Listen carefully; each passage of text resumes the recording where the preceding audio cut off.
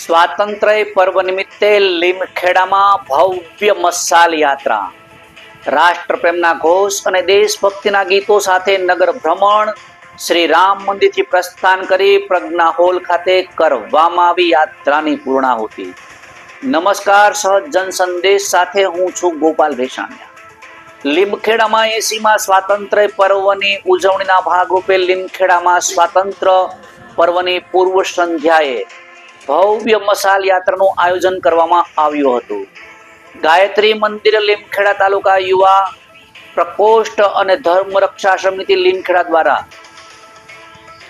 14 August 2026 રોજ સાંજે 7 વાગ્યે મશાલ યાત્રાનું આયોજન કરવામાં આવ્યું હતું.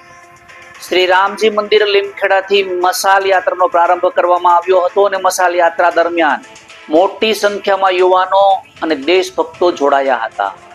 રાષ્ટ્ર પ્રેમ અને દેશભક્તિની ભાવના સાથે દેશભક્તિના ગીતો અને સૂત્રોચ્ચારથી લીમખેડા નગરનું વાતાવરણ ગુંજી ઉઠ્યું હતું.